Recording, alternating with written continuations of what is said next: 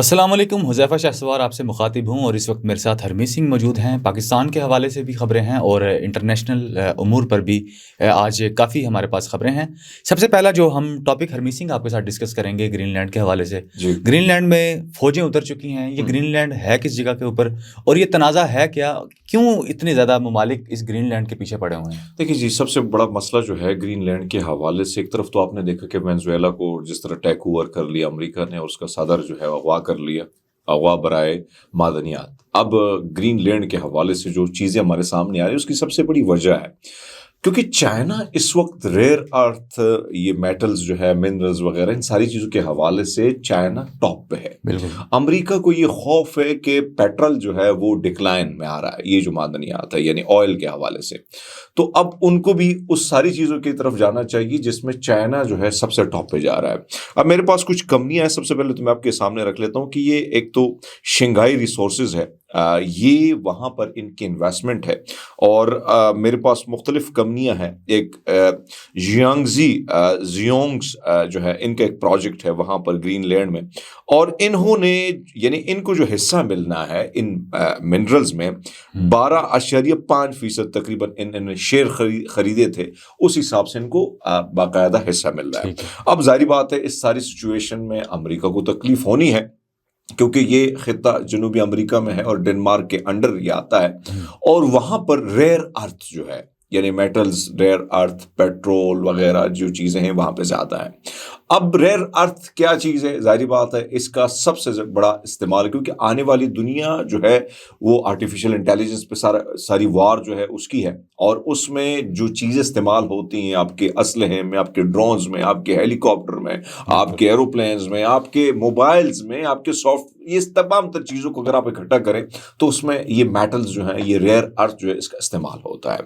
اب green land میں یہ ساری چیزیں واضح یعنی بڑی مقدار میں پائی جاتی، جس طرح وینزویلا میں سب سے بڑا یعنی تیل کا جو ہے ذخیرہ موجود یعنی اس کا ذخیرہ موجود ہے، اسی طرح گرین لینڈ جو ہے ان کے وافر مقدار میں، یہ انتہائی خوبصورت ہے۔ گرین لینڈ ایسا نہیں کہا جاتا، شاید یہ تصویریں اگر آپ اسکرین پر دکھائیں تو اس میں آپ اندازہ لگا لیں، ایک طرف تو برفیلے چوٹیاں جمی ہوئے درخت آپ کو نظر آئیں گے، پھر جب گرینری ہوتی ہے تو آپ سوچتے ہیں کہ یہ آرٹیفیشل انٹیلیجنس سے بنائی گئی تصویریں، اتنا یہ خوبصورت ہے۔ 2009 میں یہ جو ہے آزاد ہوا تھا، خود مختار ریاست یہ بنی، اور یہ ڈنمارک، لیکن خارجہ داخلی جو دیگر معاملات ہیں، کرنسی کے جو معاملات ہیں، یہ اب بھی ڈنمارک اس کے انڈر ہے، اور اس کے وزیر اعظم کا نام میں نے لکھا ہے کیونکہ ظاہری بات ان کے نام تھوڑے سے مشکل ہے۔ جو اس وقت گرین لینڈ کے موجودہ وزیر اعظم ہے اس کا نام ہے میوٹے بوزپ ایگیڈے۔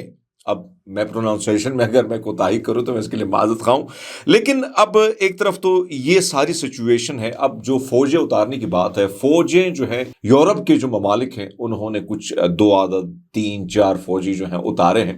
اب دنیا اس کا مذاق بھی اڑا رہی ہے کہ یہ امریکہ سے لڑائی لڑیں گے، لیکن اس کا مقصد یہ نہیں ہے کہ بھئی 2-3 جا کے امریکہ سے لڑیں گے۔ اس کا مقصد یہ ہے کہ امریکہ کو ایک اشارہ دینا ہے کہ بھائی صاحب ایسا مت کریں، اگر آپ ایسا کرتے ہیں تو ہمارے بیچ میں دراڑیں پیدا ہوں گی، اور یورپ جو ہے اس کو بھی اس چیز سے، آپ کو پتہ ہے فرانس اور جرمنی تو پہلے اب سوچ رہے ہیں کہ ہم اپنی آرمی دوبارہ کھڑی کر دیں، کیونکہ آلریڈی یہ تو معاہدے کر چکے ہیں نا امریکہ کے ساتھ، اب اسی وہ تگ و دو میں ہے کہ امریکہ سے کیسی جان چھڑائی جائے۔ تو اس وقت یورپ کو بھی یہ خطرہ ہے کہ بھئی یہ اپنے اتحادیوں پر حملہ ور تو ہو رہا ہے، اس مین کہ کل ہماری ایک کی باری ہے، تو اس لیے خوف بڑھ رہا ہے، اور میرے خیال میں اگر امریکہ یہ اقدام اٹھائے گا تو اس کا نقصان جو ہے امریکہ کو بھی ہوگا، اور یورپ جو ہے اب کہیں نہ کہیں جو دراڑیں پڑی ہیں، جو برٹن ہے یہ تو آلریڈی نکل چکا ہے، برطانیہ پہلے سے اس یونین سے نکل چکا ہے، تو میرے خیال میں مسائل بڑھتے جائیں گے ان ممالک کے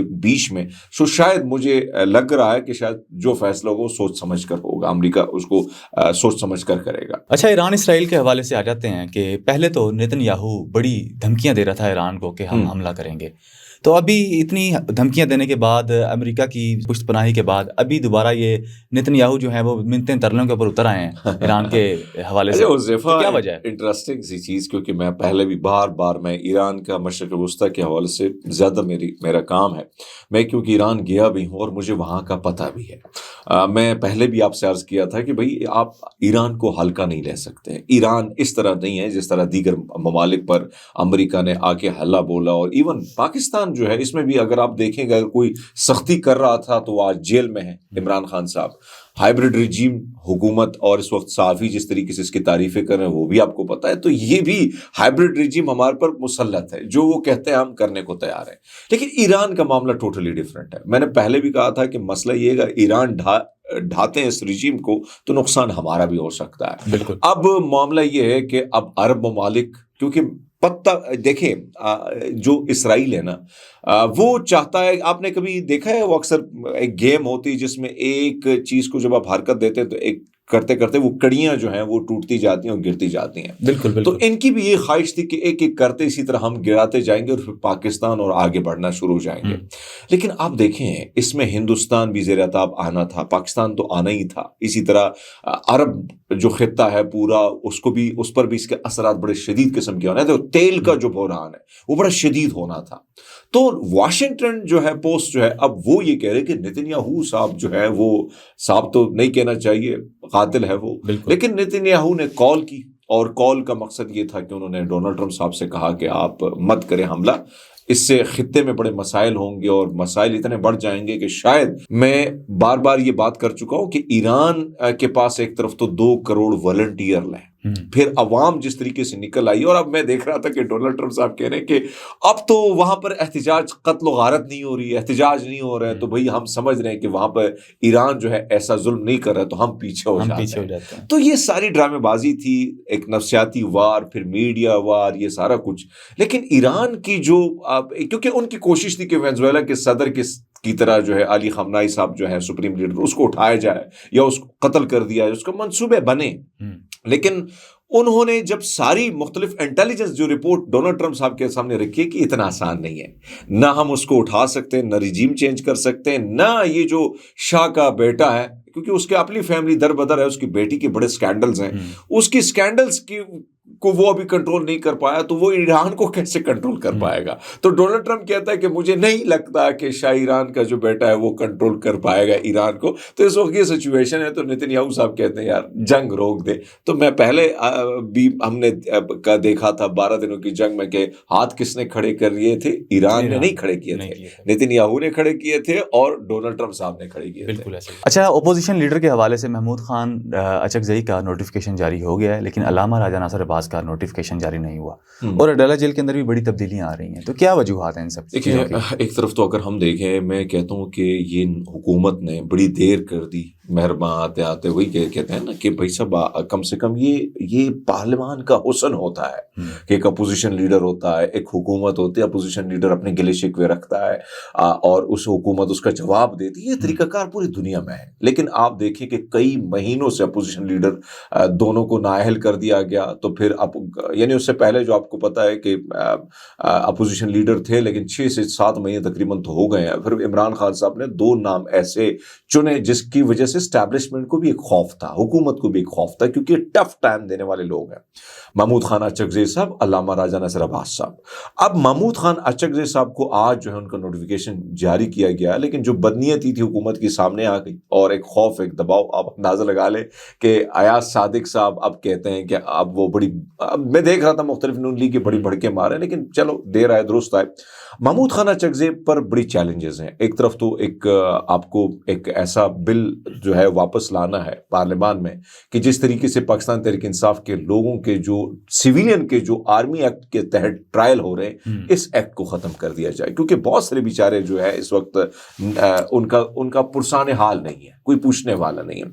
دوسرے نے آپ نے بات کی کہ علامہ راجہ ناصر عباس صاحب, تو اگر محمود خان اچکزئی بہت بڑی رکاوٹ تھے ان کے لیے, اور بڑے پی ٹی آئی کے اندر بھی لوگ جو ہیں وہ رکاوٹ بنے ہوئے تھے, میں پہلے بھی میں نے یہ بات کی تھی. لیکن اگر محمود خان اچکزئی صاحب ہو گئے تو علامہ راجہ ناصر عباس صاحب کے حوالے سے بھی جلد نوٹیفیکیشن متوقع ہے. اور میرے خیال میں آپ کو ریئل اپوزیشن دیکھنے کو ملے گی, اور بڑے تگڑی قسم کی اپوزیشن آپ کو سینٹ میں بھی ملے گی, آپ کو پارلیمان میں بھی ملے گی. لیکن ساتھ ساتھ اڈیالہ جیل کی آپ بات کریں, اس وقت اڈیالہ جیل میں ایک طرف تو بشرا بیگم کے حوالے سے ان کی جو صاحبزادی ہے, انہوں نے مبشرہ منیکا ان کا نام ہے، انہوں نے ایک عدالت میں، لاہور کی عدالت میں، ہائی کورٹ میں انہوں نے ایک پٹیشن دائر کی ہے کہ بھئی کئی عرصہ ہو گیا بشرا بیگم ہماری والدہ ہیں، ان کے ساتھ ملاقات ہماری نہیں ہو رہی، کیوں نہیں ہو رہی؟ ٹھیک ہے آپ عمران خان سے خوفزدہ ہیں کہ وہ جب بات کرتے ہیں آپ کے بیانے پہ پانی پھیر دیتا ہے، وہ سیدھا جنرل عاصم منیر صاحب کو ٹارگٹ کرتے ہیں، تو اس لیے کہیں نہ کہیں ایک چیز کی تکلیف ہے. لیکن بشرا بیگم نے تو کبھی سیاسی بیان دیا ہی نہیں ہے، اور اس کو قید میں جس طریقے سے ڈالا گیا وہ بھی آپ کو پتا ہے. تو ایک طرف تو یہ اپلیکیشن گئی ہے، اور دونوں سے ابھی تک کوئی ملاقاتوں کے حوالے سے آپ دیکھیں کہ مہینے سے زیادہ ٹائم پھر گزر گیا لیکن ملاقات نہیں ہوئی ہے.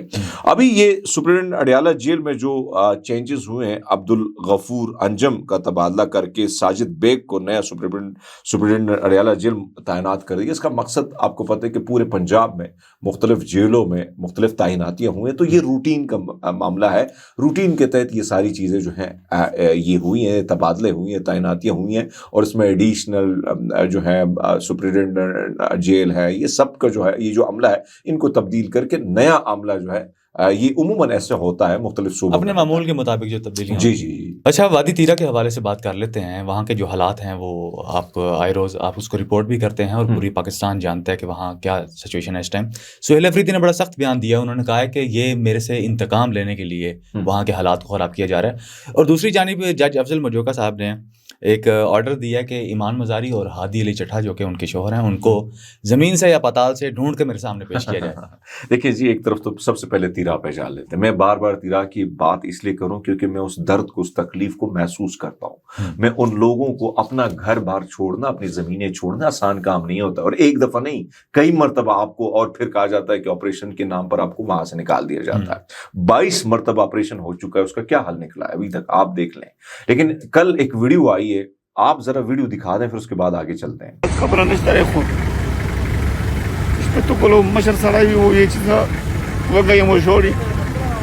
بات حال دے امیر صاحب جذبات به قابو اخلو الله د توسل دغه وخت اجر دې.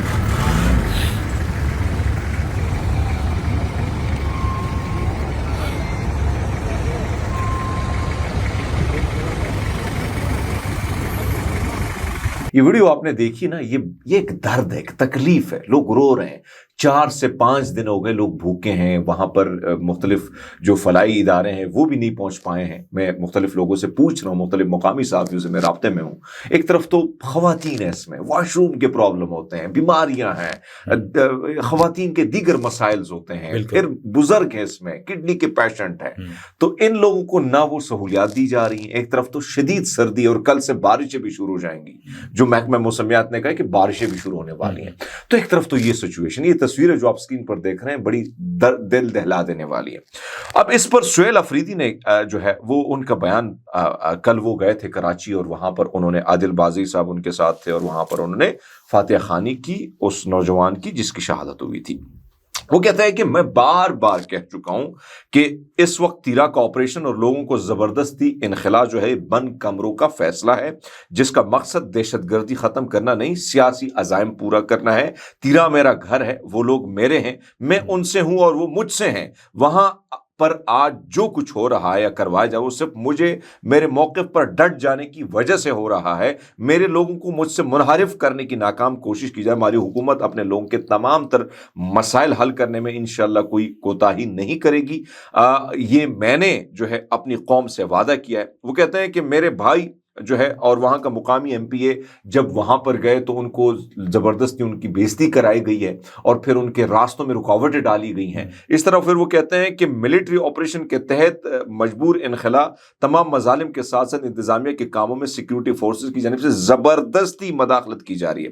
تمام پروسیس کو آہستہ جان بوجھ کر کیا جا رہا ہے. وہ کہتے ہیں رجسٹریشن جان بوجھ کر لوگوں کو تنگ کیا جا رہا ہے. سیکیورٹی فورسز کے اہلکار چیکنگ اور آنکھ کا سکینز لگا کر لوگوں کو جو ویریفائی کرنے میں وقت ضائع کرنے کے لیے کر رہے ہیں، لوگوں کو پریشان کریں. گھنٹوں کا کام دنوں میں تبدیل کیا جا رہا ہے مجھے بدنام کرنے کے لیے، یعنی پارٹی بدنام کرنے کے لیے. تو انہوں نے بڑا سخت قسم کا بیان دیا، اور وہ کہتے ہیں کہ بھائی صاحب یہ ساری چیزیں میرے اگینسٹ ہو رہی ہیں. آپ کو پتہ ہے کہ سہیل افریدی جب آیا تھا تو اس کے اگینسٹ بڑا پروپیگنڈا میڈیا پر کیا جاتا ہے. کبھی کہتا ہے یہ ڈرگز مافیا کے ساتھ ہے، کبھی اسمگلر ہے، کبھی اس قسم کے عجیب قسم ابھی 9 مئی میں فائرنگ کی بھی ان کی جو تصویر وہ بھی عجیب سا مزہ کا خیز. اچھا، یہ دوسرا معاملہ جو ہے اس پہ بات کرنا ضروری ہے.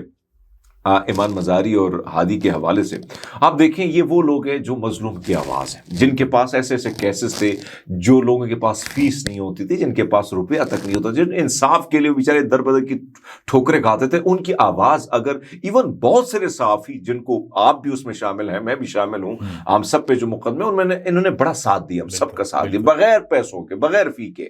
اب جو مسئلہ ہے کہ اب میں دیکھ رہا تھا کہ جج مجوکا صاحب نے جو ہے بڑا سخت قسم کا وہ بیان جاری کیا. وہ کہتے ہیں, انہوں نے جو ڈپٹی انسپیکٹر جنرل ADIG صاحب, اس کو کہا ہے, یہ جو جاوید طارق صاحب ہے, انہوں نے ہدایت دی کہ ایمان مزاری اور ان کے شوہر ہادی علی چھٹا جو ہے ان کو 24 گھنٹوں میں اندر گرفتار کیا جائے.